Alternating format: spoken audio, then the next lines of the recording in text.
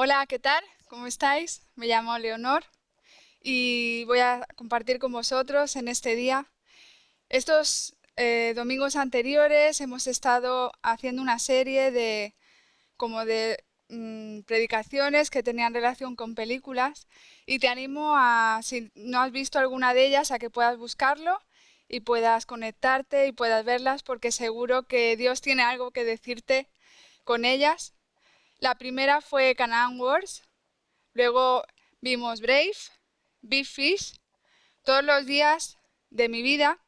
Y hoy vamos a estar viendo Regreso al futuro. La serie se llamaba Cine a la fresca. Y hoy vamos a ver una historia que trata sobre un drama. Y la verdad es que ha sido una historia que me ha hecho llorar de rabia y de enfado a veces y otras de alegría.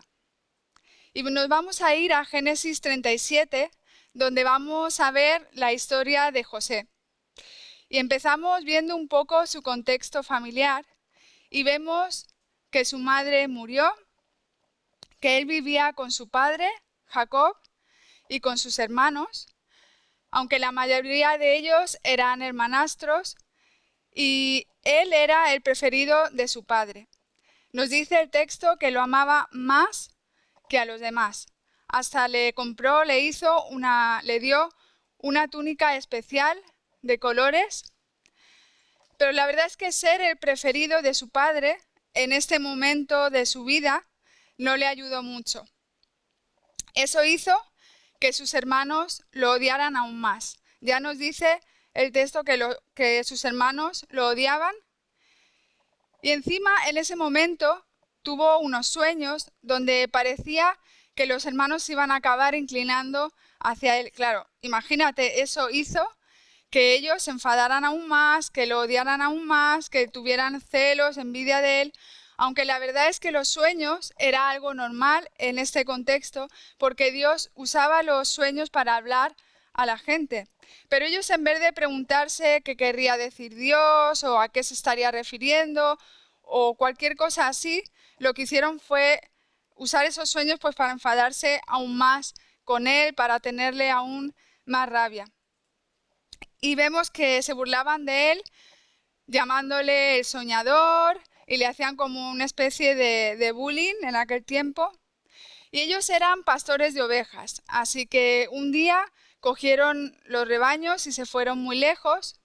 Y en aquel entonces no eran tiempos como los de ahora, había animales salvajes, eran tiempos peligrosos el hecho de estar en el campo con los rebaños. Entonces el padre de José lo envió a él para que viese y comprobase que sus hermanos estaban bien. Entonces José fue a ver a sus hermanos y cuando ellos lo vieron llegar a lo lejos, empezaron a planear matarle. Imagínate cuánto odio sentían sus hermanos hacia José. Yo sé que los hermanos siempre se pelean, que es algo normal, o al menos yo recuerdo que cuando era pequeña siempre me estaba peleando con mi hermana. Era algo raro porque cuando estaba con ella me peleaba constantemente, pero cuando no estaba con ella le echaba mucho de menos y quería que volviese pronto y quería estar con ella. Pero era como un amor-odio todo el rato, una relación así un poco de perros y gatos, un poco extraña. Pero el odio que sienten estos hermanos hacia José es como otro nivel.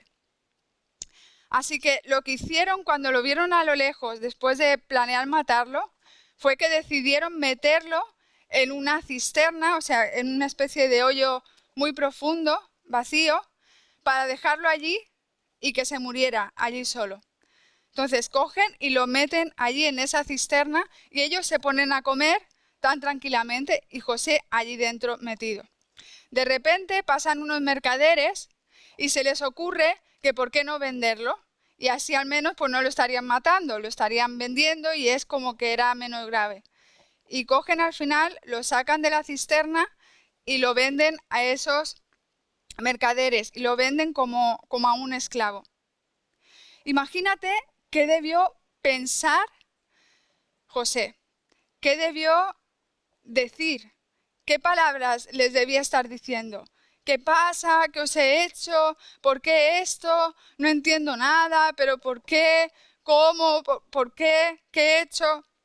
Imagínate cómo debía sentirse sus propios hermanos, con los que había estado desde que había nacido, su familia, sangre de su sangre, las personas más íntimas en su vida, vendiéndole como si fuera una cosa.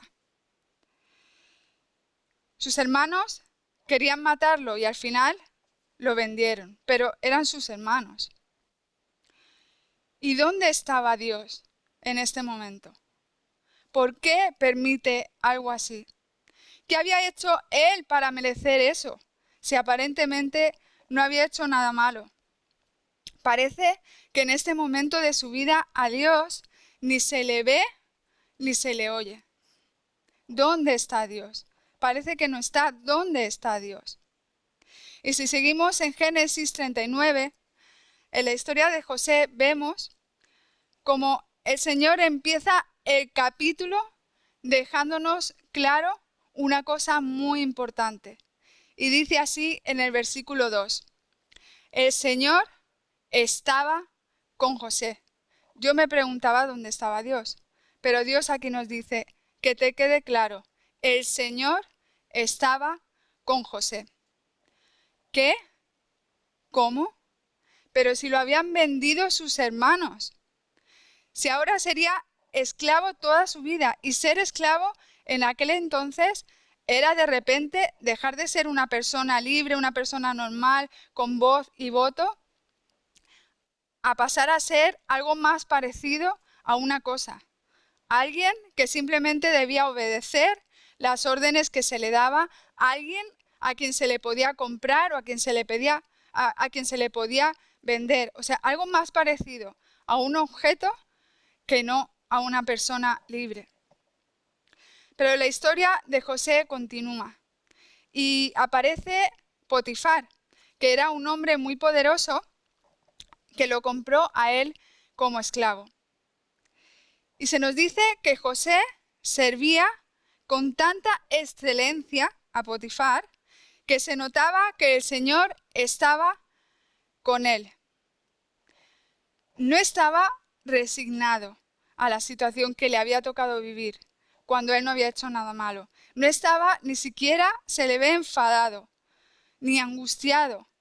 Dice que servía con tanta excelencia que se notaba que el Señor estaba con él. ¿Cómo podía hacer eso en un momento así de su vida? ¿Cómo era capaz de tener esa actitud, de actuar así, de vivir así en ese momento tan difícil de su vida? Y yo me pregunto, en mi situación, allí donde estoy, donde Dios me ha puesto hoy, en mi trabajo, con mis compañeras, ¿notan eso o dicen eso mismo o dirían eso mismo de mí? Que sirvo, que trabajo, que estudio con excelencia, con tanta excelencia que se nota a Dios a través de mí. Porque a José se lo notaban. Y eso que no estaba en el mejor momento de su vida. Pero a él se lo notaron. No sé si de mí dirían lo mismo. ¿Y de ti? Enseguida lo puso como su asistente personal, a cargo de toda su casa y de todas sus posesiones. Tenía su total confianza, tanto que si José se ocupaba de algo, Potifar ya se olvidaba porque confiaba plenamente en José. ¡Qué crack este José! Pero la cosa se puso fea, porque resulta que la mujer de Potifar se encaprichó de él y empezó a acosarle día tras día y a ordenarle que se acostara con ella. Y recordemos una cosa, José aquí no es una persona normal, aunque tenga la confianza de Potifar, sigue siendo solamente un esclavo, un objeto.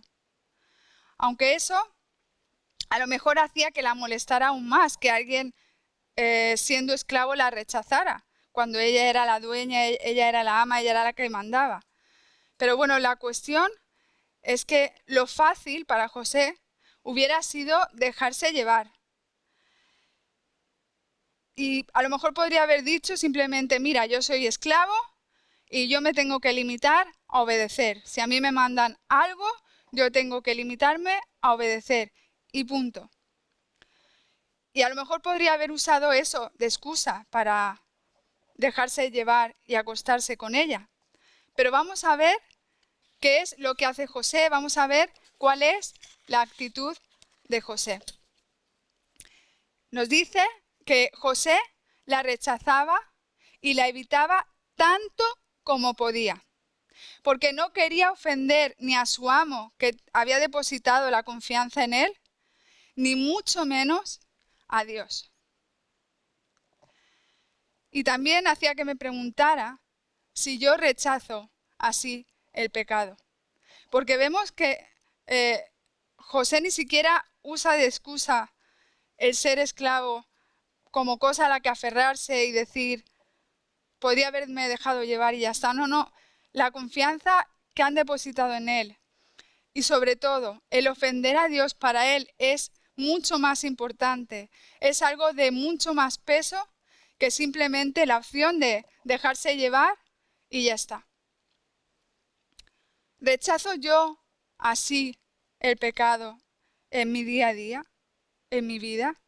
¿Rechazas tú así el pecado? ¿Es algo de tanto peso como para que en ningún lado haya una opción de cogerlo? ¿Lo evito tanto como puedo, que es lo que hacía él? ¿Me preocupa tanto ofender a otros y a Dios? ¿O más bien juego al límite? ¿Y tú?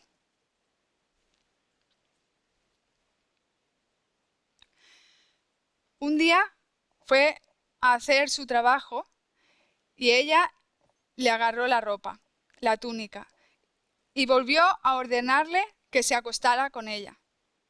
Pero José salió corriendo y ella se quedó con la túnica en las manos.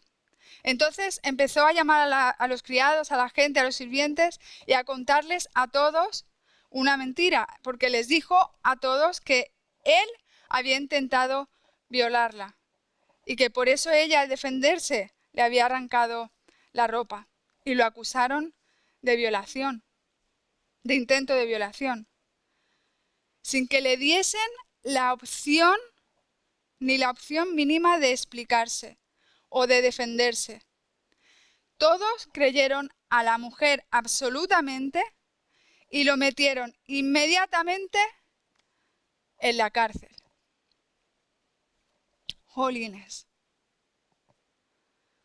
¿Qué debió pensar José en este momento? ¿Os imagináis lo que debió sentir? ¿Cómo debía sentirse en ese momento? Él no había hecho nada malo, sino todo lo contrario. Esto le estaba pasando por haber decidido hacer lo bueno, hacer lo correcto, obedecer a Dios, rechazar el pecado. Y había decidido no ofender a Dios por encima de todo, pasara lo que pasara. ¿Y dónde estaba Dios ahora? Porque parece que no se le ve, parece que no se le oye. ¿Dónde está? Porque José sí está en la cárcel. Está en la cárcel injustamente vendido por sus hermanos, injustamente acusado de violación, injustamente encarcelado. José está en la cárcel. No se sabe dónde estaba Dios. El texto sigue en Génesis 39 a partir del versículo 21. Y Dios vuelve a aclararnos algo para que no se nos olvide. Y vuelve a decirnos una vez más, pero el Señor estaba con José en la cárcel y le mostró su fiel amor. ¿Qué? ¿Cómo? ¿perdona? Yo le diría cosas a Dios como, si de verdad me amas, ¿qué hago aquí en la cárcel? Si de verdad me amas, muéstramelo sacándome de la cárcel. Porque lo único que he hecho ha sido buscar agradarte. Y a cambio, tú me has dado esto. Y me dejas aquí. Jolines, Señor. No te entiendo, Señor. ¿Por qué me estás haciendo esto? ¿Por qué me metes aquí? ¿Por qué estoy aquí? ¿Por qué me pasa esto cuando he hecho las cosas bien? Yo pensaría, o sentiría, o diría, o reclamaría, o me quejaría a Dios diciéndole cosas así. Creo que serían las primeras cosas que saldrían de mi corazón en un momento así. ¿Y tú? ¿Qué sentirías? ¿Qué le dirías a Dios si te pasara algo así? Pero José no reaccionó como yo lo hubiese hecho, y menos mal. El Señor hizo que fuera el preferido del encargado de la cárcel. Y este también lo vio como alguien especial. Y también le dio cargo dentro de la cárcel. También confiaba en él plenamente. Y cuando José se ocupaba de algo en la cárcel, el encargado podía descansar en él y confiar en él plenamente. También vio en él un hombre de total confianza. También ahí, en la cárcel, aunque estaba ahí injustamente, fue diferente y excelente. En el versículo 23 nos repite, para que no nos quepa ninguna mínima duda, ni se nos olvide, que el Señor estaba con él, seguía estando con él, que no se había olvidado con él ni un mínimo segundo. Una de las cosas de la excelencia de José a la hora de trabajar era que se preocupaba por otros. En el capítulo 40, versículo 6, encontramos que nos dice, notó que dos presos parecían preocupados. A ver, se supone que cuando los presos están en la cárcel, ya por el hecho de estar en la cárcel, no están felices, sino que están preocupados, angustiados, con peso, lo que sea. Como que me parece algo normal que estén preocupados. ¿Cómo no malestarlo si ya solo el hecho de estar ahí lo es? Pero vemos que él es muy cercano a la gente que tiene alrededor y que se preocupa de ellos de forma genuina. Porque no solamente se da cuenta de que estaban preocupados por el hecho de estar allí, sino que había algo que les preocupaba más de lo normal, que estaban como más tristes de lo normal, que estaban como más angustiados de lo normal. Y para darte cuenta de que alguien está así, primero tienes que conocer a la persona o estar cerca de esa persona, porque si no ni te enteras, no sabes si eso es normal en esa persona, si siempre está así, de ese carácter agrio, o si realmente le está preocupando algo, le está pasando algo. Entonces él era cercano a la gente y muestra preocupación por ellos.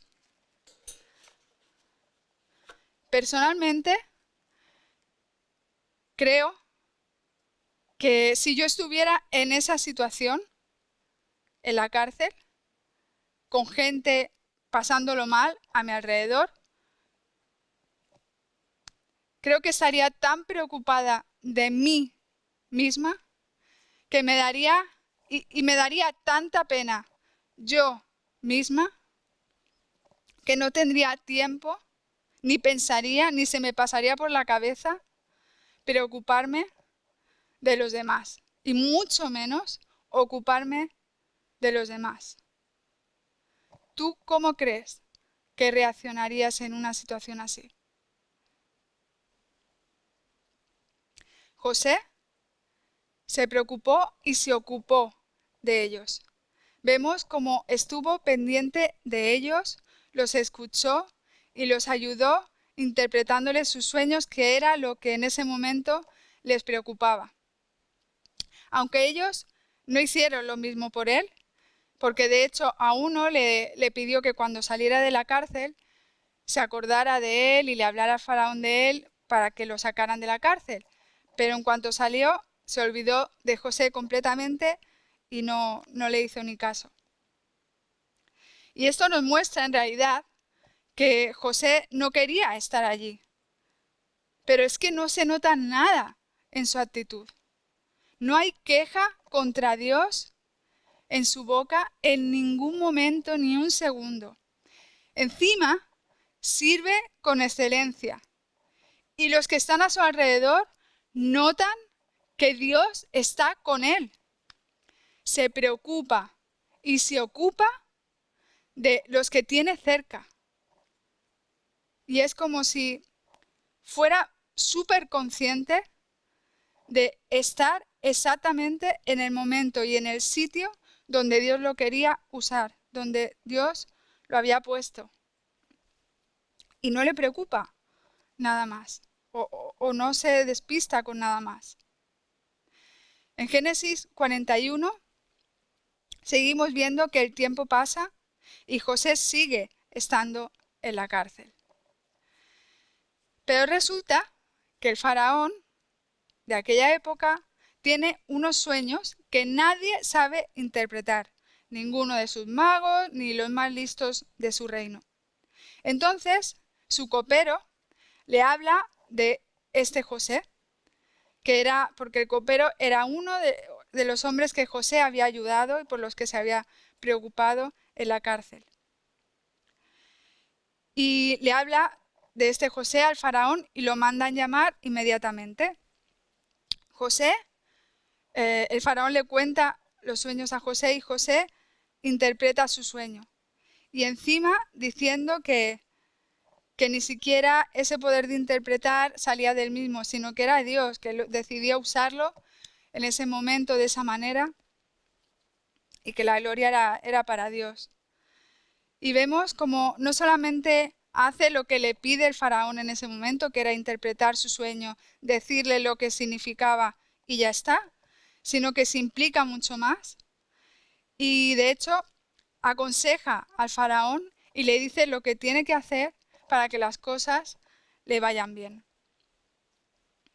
Y en el versículo 38 vemos como el faraón reconoce que José está lleno del Espíritu de Dios. En otras versiones encontramos que dice el Espíritu en quien reposa, o el hombre en quien reposa el Espíritu de Dios, o el hombre en quien está el Espíritu de Dios. Eso significa cuando nos habla aquí de lleno del Espíritu de Dios. Y le dice que no hay nadie ni más sabio ni más inteligente que él. Esto lo dice el mismo faraón, imaginaos. En otras versiones encontramos que dice, no hay entendido ni sabio como tú, ni más competente ni más sabio que tú, ni más prudente ni más sabio que tú, ni más inteligente ni más sabio que tú. Pero todas nos hablan de la palabra sabio. Y a lo mejor pensamos en alguien sabio, en la sabiduría, y se nos viene a la cabeza palabras como alguien muy listo, alguien que sabe mucho, alguien que tiene mucha experiencia, muchas canas, mucha sabiduría. Y cuando la Biblia nos habla de sabiduría, si vamos a Proverbios 8:11, nos dice, ojo, que es algo tan valioso para Dios que vale más que las piedras preciosas. En Proverbios 3:5 nos dice que se trata de confiar en el Señor de todo corazón y no en nuestra propia inteligencia. Y en Proverbios 1:7 nos dice que el temor del Señor es el principio de la sabiduría. Y es que ser alguien sabio o tener sabiduría o vivir con sabiduría es buscar agradar a Dios en todo momento, ahí donde estés. Que lo que Él piense, que lo que Él diga sobre las cosas me importe más y esté por encima de cualquier voz, de cualquier ruido, de cualquier opinión, de cualquier respuesta. Que lo que Él piense para mí esté por encima y se oiga más que cualquier otra voz. Y es que así era José. El faraón conoce y reconoce a José. Y hay un tiempo en su vida, en este momento, de restauración. Esta historia la hemos contado deprisa, pero os animo a que podáis leerla en casa, porque hay muchos detalles, se podrían hablar de muchos temas, pero necesitamos centrarnos en algunos y no podemos abarcar con todo, pero sería muy guay que en casa lo pudiéramos seguir leyendo. Vamos a ver este momento de la restauración de José y dice que el faraón lo valora, lo restituye con más y mejor de lo que nunca tuvo. Lo puso a cargo de todo Egipto. Le dio su anillo de sellar, que simbolizaba su elevada posición y significaba su gran valor. Le vistió de honor y esto simboliza que lo cubre con la mejor ropa, con el honor, le da como dignidad. Le puso un collar de oro que simboliza reconocimiento de aprecio y dignidad máxima. Lo sube al carro de guerra y esto era porque anunciaba la presencia del segundo hombre más importante del país y era como que le daba máxima autoridad. Le da también homenaje popular, porque todos los que le veían llegar tenían que apartarse, darle paso y arrodillarse delante de él.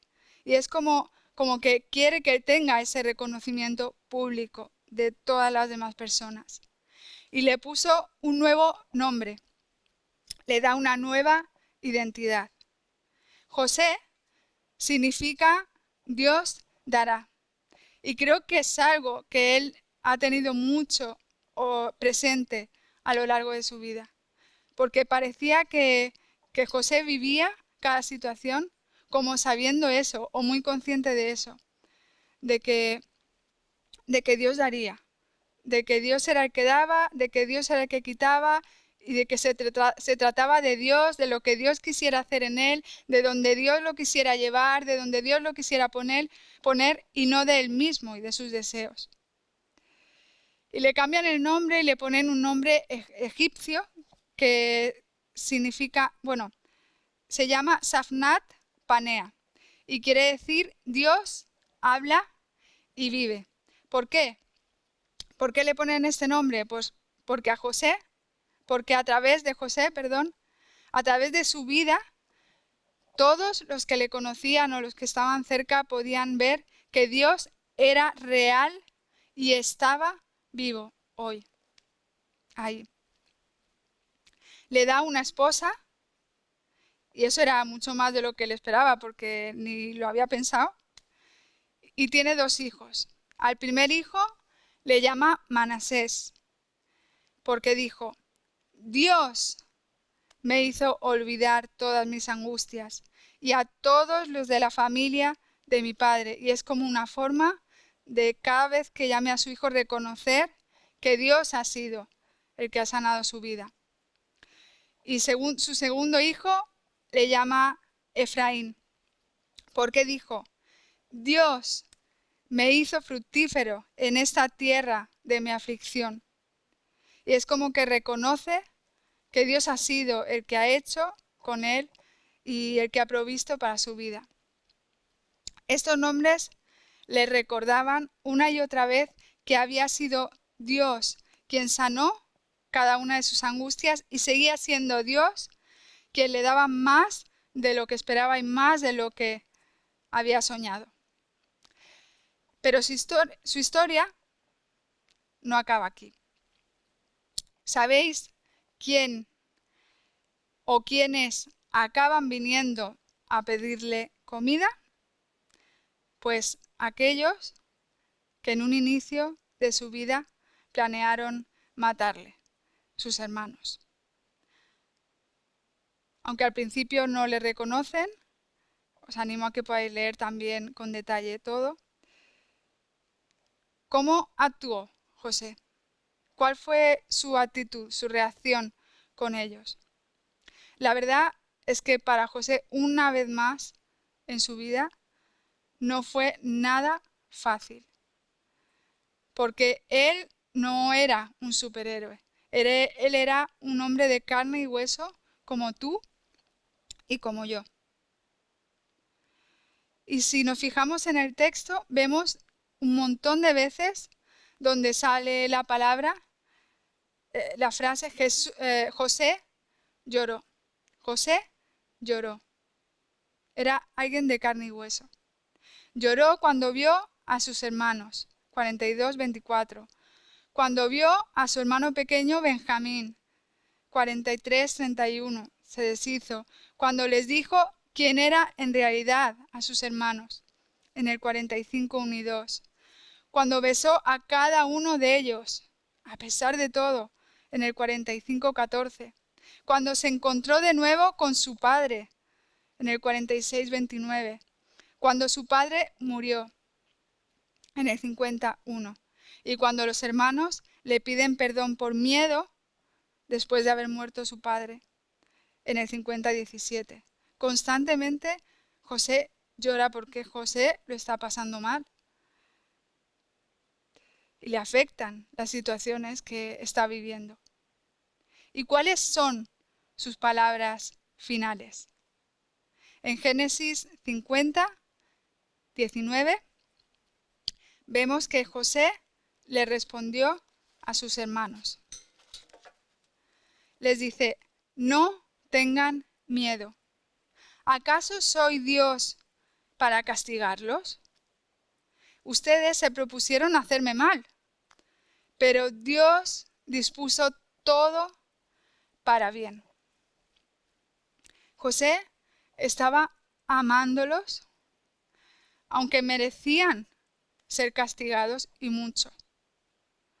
Tenía el poder de hacerles la vida imposible si le daba la gana, con solo un chasquido, como ellos le hicieron a él. Pero hace justamente todo lo contrario. Y de nuevo vemos cómo sus ojos, los ojos de José, están puestos en Dios y no ni siquiera en ellos, ni en lo que le ha pasado, ni en las circunstancias que está viviendo.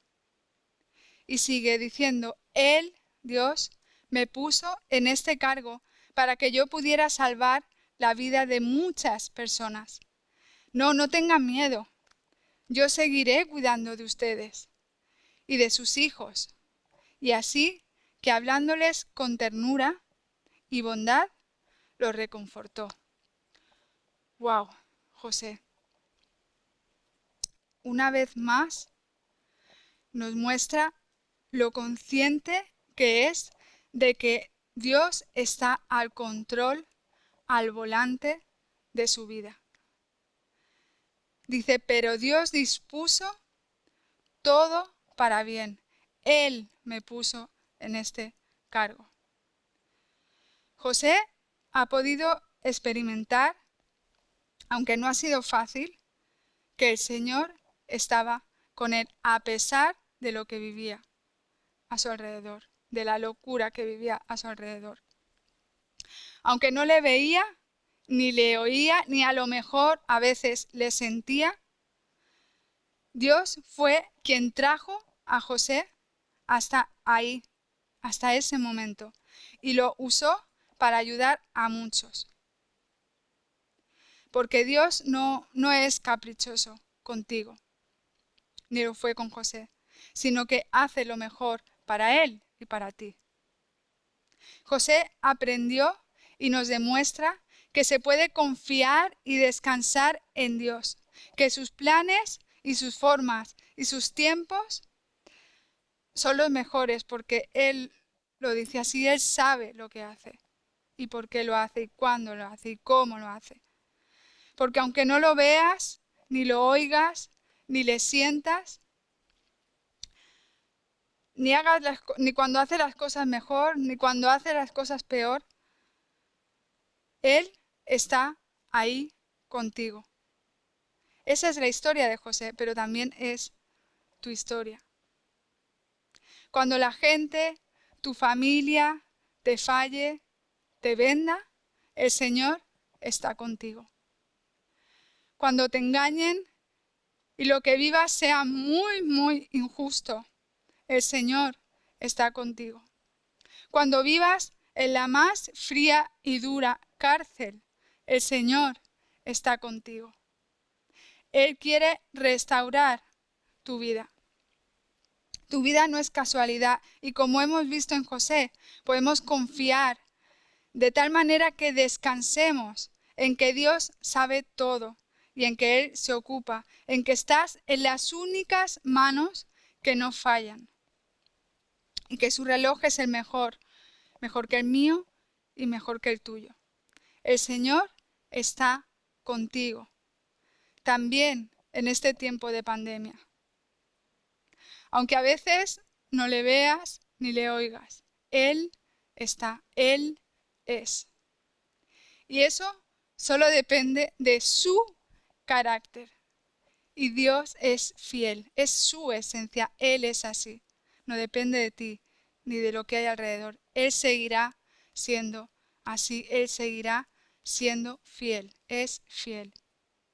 ¿Estás dispuesto a vivir como José, sabiendo que Dios está contigo y que Él se ocupa de tu vida, a descansar de esa manera en Dios, mirando a Dios y no a las circunstancias de locura o de injusticia que hay a tu alrededor?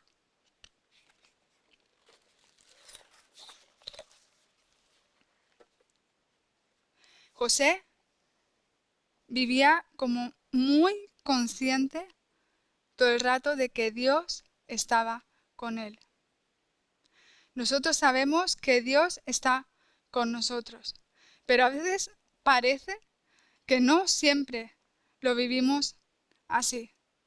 No sé por qué, pero hacemos cosas raras como vivir de una manera en la iglesia, de otra fuera, o relacionar a Dios con cosas, con unas cosas y excluirlo de otras áreas de nuestra vida. Y parece que a veces como que le sacamos de áreas de nuestra vida, como si eso se pudiera hacer, porque en realidad solo nos engañamos a nosotros mismos. A Dios no le puedes sacar de ningún área de tu vida. Dios está, Dios es presente, está presente. Hagas lo que hagas, digas lo que digas.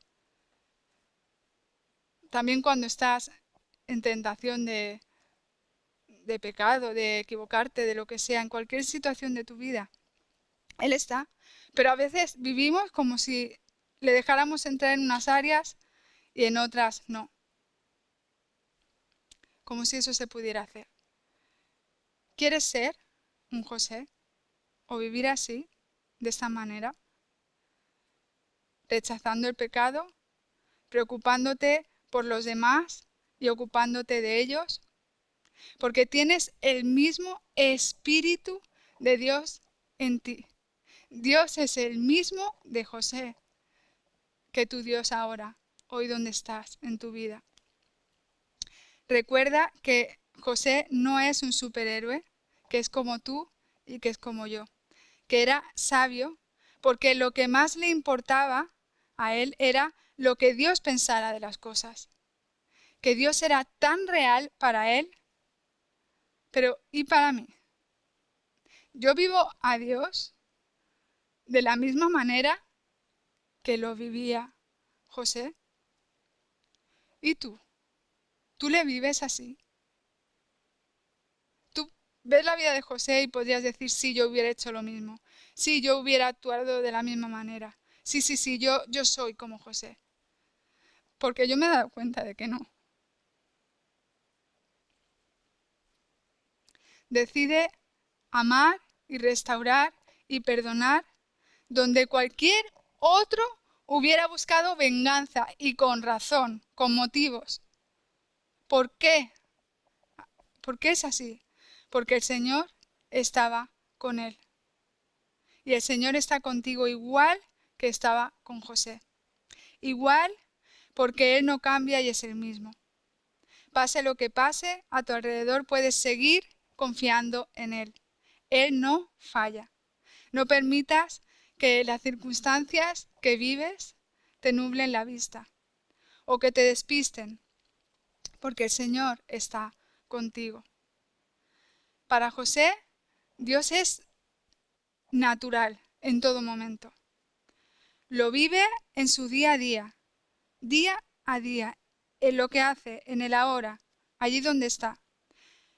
Le sirve donde está, le sirve y lo demuestra con quien se encuentre, con quien esté a su alrededor. Y tu historia puede parecerse o ser la misma que José. Tienes también familia como él, tienes trabajo como él. A veces te puede parecer que estás viviendo momentos de injusticia, de cárcel, como él, y puede haber restauración para ti como para él. A veces hay familias que parecen la misma cárcel, a veces hay trabajos que parecen la misma cárcel.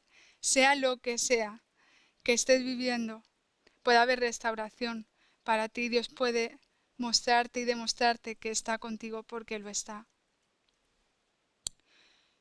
Y estaba pensando que a veces vemos a Dios como un Dios, es un peligro, ¿eh?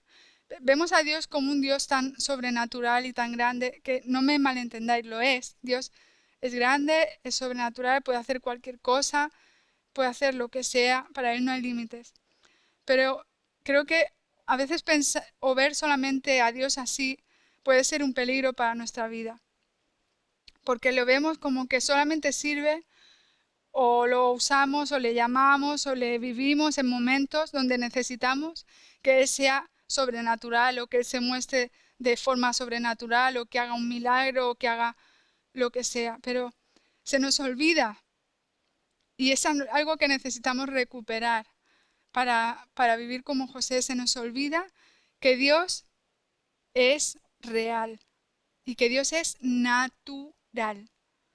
Dios sigue hablando cada día, en cada momento, a cada persona. Dios es un Dios cotidiano para tu día a día, allí donde estás, con quien te rodea. Y está ahí siempre. Dios es un Dios natural. Allí donde estés, donde estás tú, está el Espíritu de Dios. En todo momento, en tu casa, en tu trabajo, en tu clase, en tu coche, en tu bici, caminando, en todo momento, Dios está ahí, Dios está hablando, Dios está contigo, Dios es natural. En tu día a día, en cualquier toma de decisiones, en tu familia. Necesitamos recuperar y recordar y vivir siendo conscientes, recordando que Dios está presente y tenerlo presente. Dios es un Dios natural, que necesito vivir consciente de ello cada día. Siendo consciente, confiando de que el Señor, sabiendo, recordándome una y otra vez, Leo, el Señor está contigo. Pon tu nombre, el Señor está contigo. Dítelo o dilo, como se diga, una y otra vez. El Señor está contigo. Y si el Señor está contigo, ¿tú qué vas a hacer? ¿Cómo vas a trabajar? ¿Cómo vas a vivir? ¿Cómo vas a relacionarte con los demás? Si fuéramos más conscientes en nuestras vidas, se parecerían más a la vida de José. Y Dios es el mismo Dios que José y sigue estando contigo. De ti depende que seas consciente de que Él está presente. Y ojalá que podamos dejar que esté presente en nuestro presente, allí donde estás, porque Dios es natural y necesitamos recordar, vivir siendo conscientes de que Él está con nosotros. Y vamos a terminar con una oración este tiempo. Señor, te necesitamos. Yo sé que te tengo, Señor. Yo te conozco desde que soy pequeña. Desde que soy pequeña vengo a la iglesia. Pero me he dado cuenta, estudiando la vida de José, Señor, que muchas veces intento o me creo que te dejo al margen de áreas de mi vida, o de situaciones o de momentos, o que muchas veces no soy consciente. Ni siquiera pienso ni se me pasa por la cabeza de que tú estás ahí. De que donde estoy es porque tú me quieres ahí o porque tú me has puesto ahí. De que hay algo que aprender, de que hay algo que tú quieres hacer, de lo que sea. Pero que estás conmigo, Señor, en ese momento. Y habrá momentos difíciles, estamos viviendo momentos de pandemia, de caos, de no entender, de confusión, de ansiedad, de agobio y lo que nos queda. Señor, recuérdanos, que no se nos olvide, que no permitamos que se nos olvide, Señor, que tú estás con nosotros, Señor, que tú eres presente. Ayúdanos a vivirte en nuestro presente, en nuestro día a día. En el trabajo donde me has puesto, está presente. En la familia donde me has puesto, está presente, Señor. Lo estás, pero que yo te viva así, que yo te muestre así a otros, que se note que tú estás presente en mi vida y que no solamente estás presente como un acompañante, sino que yo soy consciente de que tú estás conmigo y que eso se vea, que eso se palpe a mi alrededor, que los que me rodean lo puedan notar, que lo puedan ver, Señor.